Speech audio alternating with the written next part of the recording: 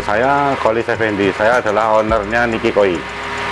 Saya tinggal di Desa Sumberingin, Kecamatan Sanankulon, Kabupaten Blitar. Awal mula terjun di koi itu tidak sengaja, Mas. Berawal dari saya mencari bibit nila, terus ada orang yang nyari koi di daerah Kediri sana. 2009 akhir lah, itu tanpa sengaja. Karena cuman kita ngobrol, saya itu bukan pemain koi, karena saya mencari benih nila pada saat itu, bukan koi. Jadi awalnya malah bukan koi, tapi nila. Gitu.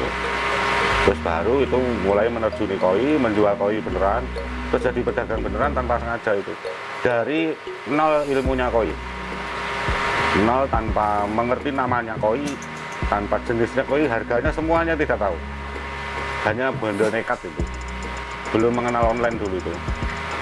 Nah itu setelah offline itu baru ada BBM, itu mengenal itu. Baru mulai market lewat Facebook sama BBM awalnya itu. Saya hanya breeder soa, tidak pernah breeder yang lainnya. Kalau dulu pernah memijahkan kohaku itu cuma iseng-iseng aja karena pas beli kohaku. Terus ada petani yang punya induk kohaku, hanya sekali itu. Setelah ini itu tidak pernah, hanya soa. Dan bisanya hanya soa, saya tidak pernah mendalami yang lainnya. Gitu. Nah awal mulanya itu cuma sepele itu. Kalau bahasa Indonesianya Niki itu kan ini. Kan enak, orang mengingat itu biar enak itu loh. Ini koi. Iya ini koi. Itu sebenarnya. Tapi sebenarnya ada cerita lain itu.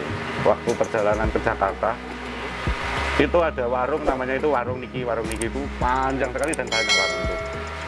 Awalnya itu sebenarnya. Konyol itu namanya itu sebenarnya. Nama yang paling konyol sedunia mungkin. Akhirnya jadi Niki Koi. Iya. Nggak tahu sampai kapan itu nantinya. Saya breeding, saya juga tetap jualan. Jadi yang saya jual tetap ikan produk saya. Saya tidak pernah ambil ikan di tempat yang lain. Kalau trennya dulu awal saya main koi itu ikan yang bisa besar, finishnya besar dan bisa besar. Terus lama-lama tren itu menurun, ikan kecil finish. Terus akhirnya saya membuat ikan yang kecil finish dan bisa besar. Itu awalnya itu terus ketemu itu akhirnya tidak sengaja. Tapi itu kuncinya hanya makanannya aja yang banyak, sama suplemen. Yang penting kita memperhitungkan gulanya jangan banyak, biar ikan itu tetap sehat. Meskipun ikan itu bulky, ikan itu tetap sama. Daya tahan tubuhnya sama dengan ikan-ikan yang kurus. Jadi tidak ada bedanya. Jadi kuncinya ya kita sering ngasih umpan-umpan lah. Saya yang ngajari petani, malah petani saya. Petani-petani itu biasanya mereka jual sekian. Ya alhamdulillah petani itu jujur-jujur. Jadi saya tidak bangkrut. Untungnya itu aja. Jadi kalau petani saya nggak jujur, saya dikentes harganya, wah nggak karu-karuan itu saya. Nggak bisa jual. Ya ada yang kayak gitu, tapi kan hanya 1-2. Tapi nggak apa-apa, kan itu pengalaman dulu waktu belajar. Sekitar 6-7 tahun, kalau benar-benar breeding sendiri. Jadi saya memijahkan sendiri, yang saya jual ikan-ikan saya sendiri. Gitu. Indukannya 20 mas. Ya, jadi sesuai dengan jari kita. Kalau lebih dari 20 tidak enak. Jadi kalau kurang dari 20 juga nggak enak. Jadi induknya 20. Pejantannya juga 20. Iya. Tetap dijaga di angka 20 atau saya mas? Ya kebetulan mungkin. Tapi saya sukanya itu 20. Tetap kalau bisa kan ikan itu tidak lebih dari 35 cm sudah finish. Hitamnya sudah keluar paling nggak ada 80% lah. Jadi harapan untuk finish itu tinggi. Tapi kalau 35 cm ikannya masih belum finish, susah. Jadi kadang finishnya lama. Kalau nggak gitu, kita jual kan juga susah. Jadi kalau kita membuat ikan mengikuti market, bukannya market mengikuti ikan kita. Trennya di pasar gimana, yaitu kita tetap harus mengikuti.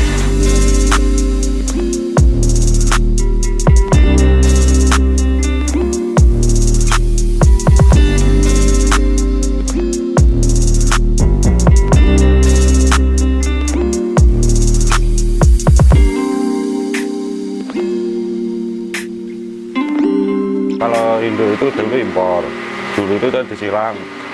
Kan kalau itu untuk kita mencari indukan, akhirnya kan lama, itu uangnya kan kita mengeluarkan uang banyak. Terus akhirnya kan kita membeli anak-anak impor. Jadi kalau petani, saya kira untuk membeli ikan impor langka. Hanya 1-2 aja. Kalau banyak, kayaknya enggak. Artinya temunya serennya bagus itu malah justru dari anak-anak. Iya, anakan impornya.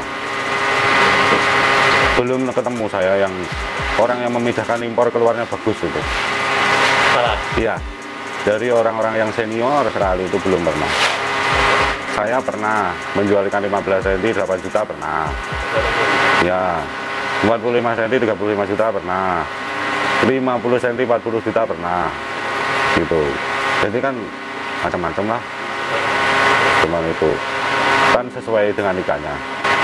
43 cm ditawar 100 pernah. Sewajitsu. Wadul champion sama mendapat gelar ikan terbaik. Satu kontesan itu menjadi ikan terbaik. Ya, pulangnya besoknya itu ditawar orang 100. Gitu. Dikasih. Enggak. Akhirnya Mati, belum lama ini.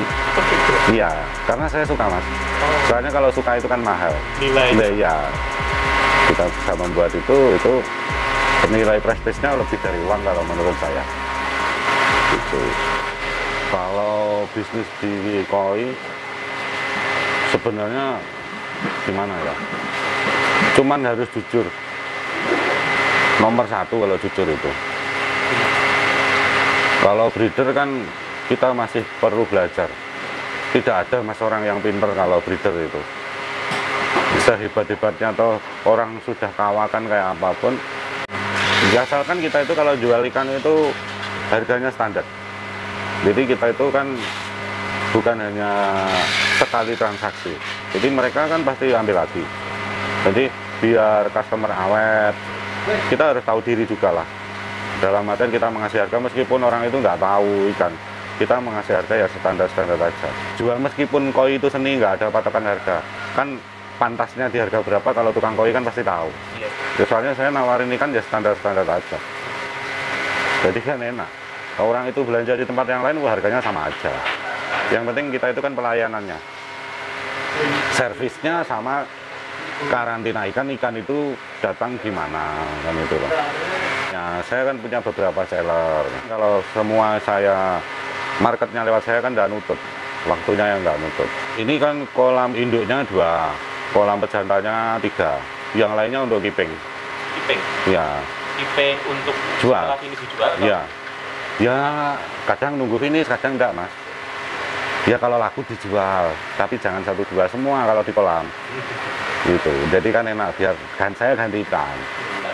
50 lebih, 60 BU pernah. 60 BU.